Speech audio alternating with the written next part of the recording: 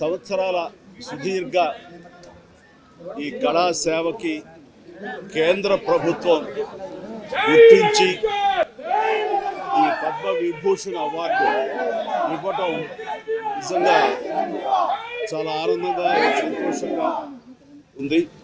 So భారత ప్రభుత్వానికి దానికి వెనకుండి ఈ అవార్డు రావడానికి కారణభూతులైన ప్రతి ఒక్కరికి నా హృదయపూర్వక ధన్యవాదాలు తెలియజేస్తున్నాను. అండ్ ముఖ్యంగా ఈ అవార్డు రావటం వెనుకాల నా కృషి, నా కళాసేవ ఈ సమాజానికి ఎంతో కొంత ఇతోధికంగా నేను చేసినటువంటి సేవలు ఇవన్నీ పక్కన పెడితే నన్ను గుండెలో పెట్టుకుని ఆదరించి ప్రేమించినటువంటి నా అభిమానులు అలాగే ప్రేక్షకులు నాకు ఎన్నో అవకాశాలు ఇచ్చి ఈ రోజున నన్ను నేను ఇలాగా తీర్చిదిద్దుకోవడానికి కారణభూతమైనటువంటి నా డైరెక్టర్స్కి, నా నిర్మాతలకి, నా ఇతర టెక్నీషియన్స్కి, ప్రతి ఒక్కరికి ఎవరైతే దోహదపడ్డారో ప్రతి ఒక్కరికి నేను ధన్యవాదాలు తెలియజేసుకుంటూ ఈ అవార్డ్ ఇదంతా వారిది, వారి సహకారం నేను ఈ ఎత్తుకు ఎదగడానికి కారణమైనటువంటి వారందరిదీ. కాబట్టి ఈ సందర్భంగా మరొకసారి నా సంతోషాన్ని తెలియజేసుకుంటూ నేను ధన్యవాదాలు తెలియజేసుకున్నాను. Thank you so much.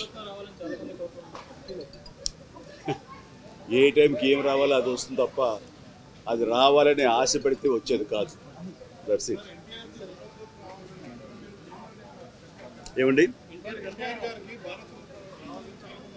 Yes, నిజంగా ఇది వారికి ఎంతైనా రావడం సముచితం.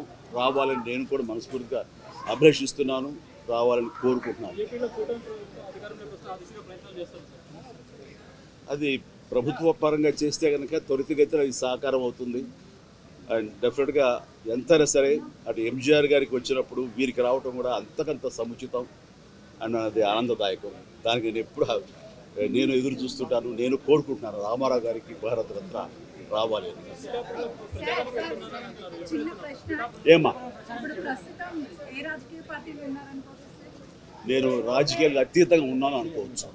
తర్వాత పిఠాపురానికి నేను వెళ్ళటం లేదని అది ముందుంచేది. ఇది మీడియాలో మీరు ఎందుకో స్పెక్యులేట్ చేశారు, అది మీరు పెంచి పోషించారు దానికి సమాధానం చెప్పాల్సిన అవసరం నాకు లేదు. నేను వెళ్ళటలేదు. బాబు, మా కళ్యాణ్ బాబు దాన్ని రమ్మని ఎప్పుడూ కోరుకోలేదు. నా కంఫర్ట్ వదిలేస్తాడు. ఆయన తను బాగుండాలి, తన జీవితంలో అనుకున్నది కోరి సాధించాలన్న అభిలషిస్తాను. నేను నాకు ఆశీస్సులు దానికి నేను తనతో పాటు నేను ఉన్నాను అని చెప్పేందుకు మొన్న ఒక వీడియో బయట ఇచ్చాను. అండ్ ఖచ్చితంగా మా తమ్ముడి యొక్క అభివృద్ధిని, మా తమ్ముడు రాజకీయంగా ఎదగటానికి ఎప్పుడు మా కుటుంబ సభ్యులు మేము మనస్ఫూర్తిగా మనసావాచ కోరుకుంటాం.